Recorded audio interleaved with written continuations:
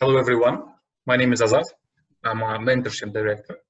First of all, I want to welcome our dear colleagues from Mongolia. And I'm welcoming all the newcomers. Today, I'm going to talk about research into farms. Could you give me rights to demonstrate my screen?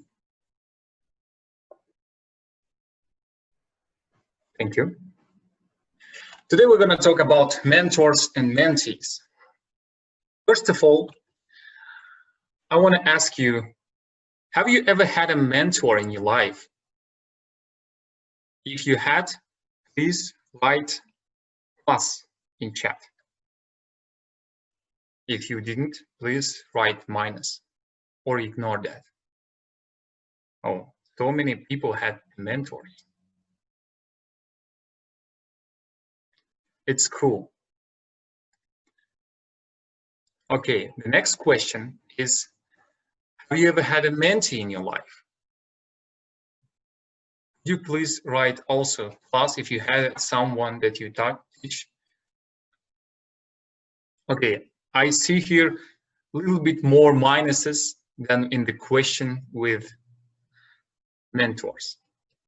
So the thing is, I want to ask you, I was start thinking about who is mentor, how we imagine mentor, how should like. Most in the case, we imagine it like the wise man, who have big experience, wise person. Maybe sometimes it's extraordinary, productive person who leads by example and have some successful cases. And his example of success may be exact in your area. Sometimes it's that, and it's maybe that, it may be this, and maybe not. Because I think, in my humble opinion, mentor is a person who has three things: who have interest, help to achieve your goals, who have different perspective of vision, and who have different experience than you.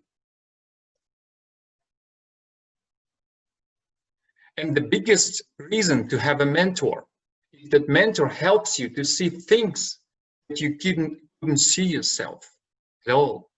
He has the third vision and has more clear vision than you. And the thing why you should have a mentee is that, first of all, it makes you feel good.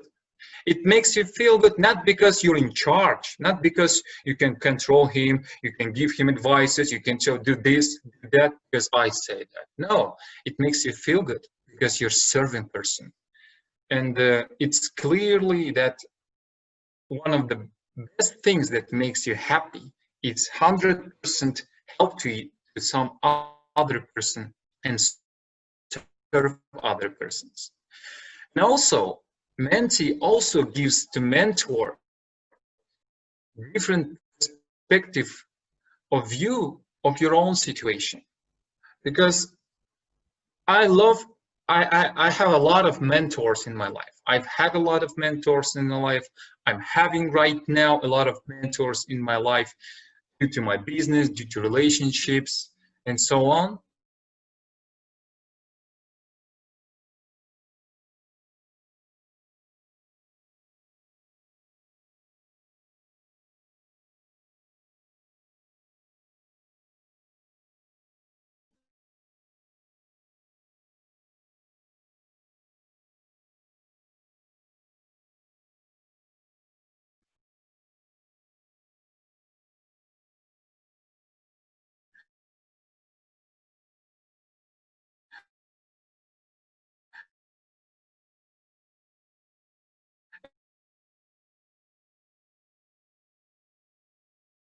And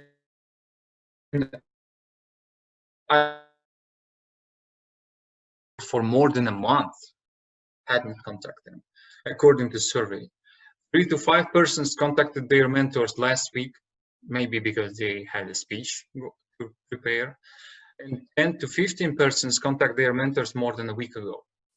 And we have superstars of our club like Tom and Alia, and they have more than 6 and 7 mentees. And it brings up the problems that we have. Everyone wants the same mentors, and these mentors subsequently have too many mentees. And also for the newcomers, it's not clear how to choose mentors because they don't know everyone well. And also, when you have a mentor, it's not clear how to work with him, how to effectively work with him, on which I should start.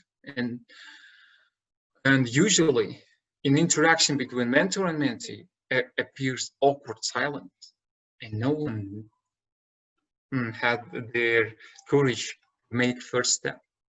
It's awkward silence. Oh, I forgot it. Like it's like, oh, okay, I forget to text him, and he's not texting me back. Okay, I will figure out something later, and then it appears awkward silence and something like that. So, how to choose your mentor? To make these things more easier, we created things like database of mentors. In this database, you can go, here's the link, here's the QR code, and I will give then provide link to this presentation, and you can watch it later and click it by here. So in this database, you can see the name of the person, you can see the photo of the person, you can see how to contact him, and you can see his interests. For example, Alona has interest in data analytics, Guljan in Power BI. It's a super powerful, kind of popular software right now, and is in health and well-being, podcasting, and so on. You can watch this, you can gain information from this, and you will think, okay, I definitely want to choose a Michelle, or I'm definitely going to choose Guljan. And this database is aiming to help you to choose the mentor. But sometimes, by the way, here is the link to the Google form. There is a 6-7 person who already filled it.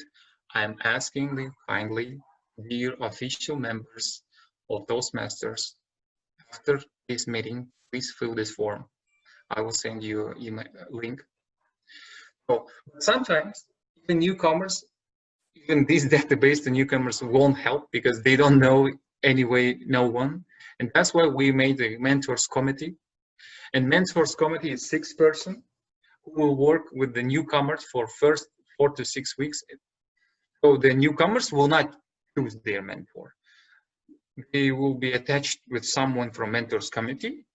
And after 4 to 6 weeks, we will say, fly, be free and choose your mentor, whoever you want. That's it. By the way, the person who wants to start their career in mentorship, please contact me. I will enter you in mentors committee, and you will be mentored to the newcomers of our club. So let's imagine that you have a mentor. You choose it by the database, or you have it from the committee, doesn't matter.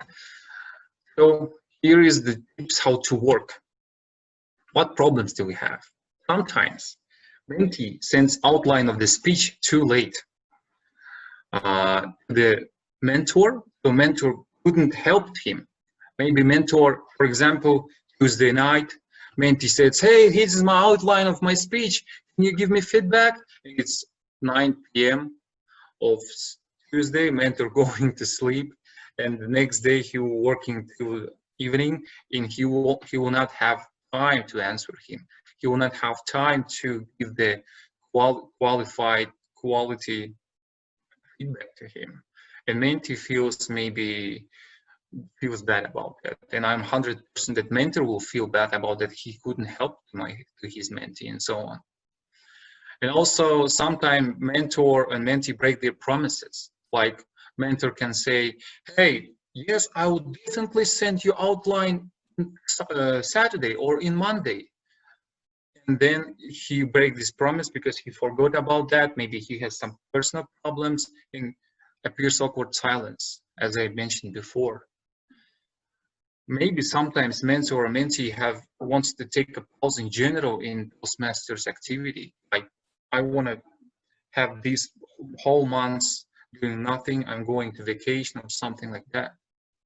In these kind of situations appears awkward silence, and as I told before, unclear who should renew this conversation and break the awkward silence.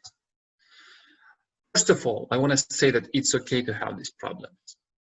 Everyone have these problems, these kind of problems. It's totally okay, and never stop blaming yourself and stop feeling guilty, or don't start feeling guilty and don't start feeling bad about that. And after brainstorming with Tom Bartkowski, with the previous mentor, mentorship director for the 2 years, giving some advices from him, taking some advices from him, here is the 5 things that can help you to work effectively with your mentor and mentee. It's not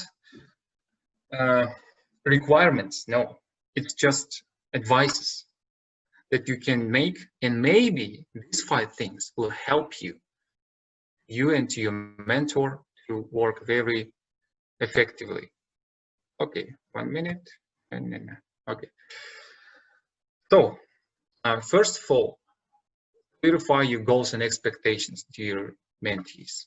Why you right now are sitting here in Wednesday, you are investing your non-refundable precious time to attend Toastmasters, and you have your goals and your expectation that you want to take. Maybe you want to have promotion in your work and give better presentation in your work. Maybe you're just interested. Maybe you want to make an IELTS. Maybe you're just interested in improving your English. Maybe you just want to have fun. Come on, whatever. Make your goals. You don't know which goals do you have? Talk with your mentor about that. Set a time, call him and say, hey, I want to talk about my goals and expectations. Or maybe you have your own ideas about your goals. Then write it and then talk it with your mentor.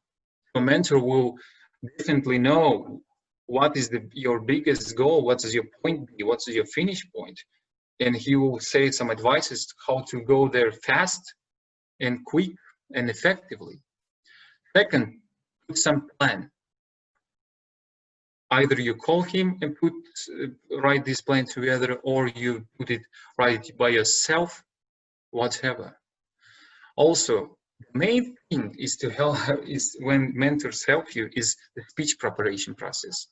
For example, you appointed your speech after 2 weeks, you call him and you start working with him. So verify how often you will connect, which steps you should do to work. Maybe first of all you send him outline, or maybe first of all you call him and talk about your idea of speech. There is so many persons, so many ways to work effectively. That's totally up. It's up to you guys. Just talk with your mentor. So that's things that can help you. And also contact periodically, even though if you are not preparing your speech. Maybe you're not preparing your speech, you're not giving speech more than a month. And anyway, maybe you set some time at the last day of months, maybe every 2 months, every 2 weeks, whatever. Call each other like, hey, how are you? What you're doing? We decide to call each other every first Sunday of the month, maybe every last Saturday of the month, whatever. You didn't give your speech. How you doing? What you're going to do? Maybe you next month going to be more active. What do you think? So on. So that's things that can help you. That's it. In the end, I want to finish by the quote of Winston Churchill and Oprah, that Winston Churchill said that we make a living but we get, and we make a life but what we give. And also, I really like this quote of Oprah, that mentor is someone who allows you to see the hope inside yourself. Because, as I said, the main thing about mentor, that he will see something that you are not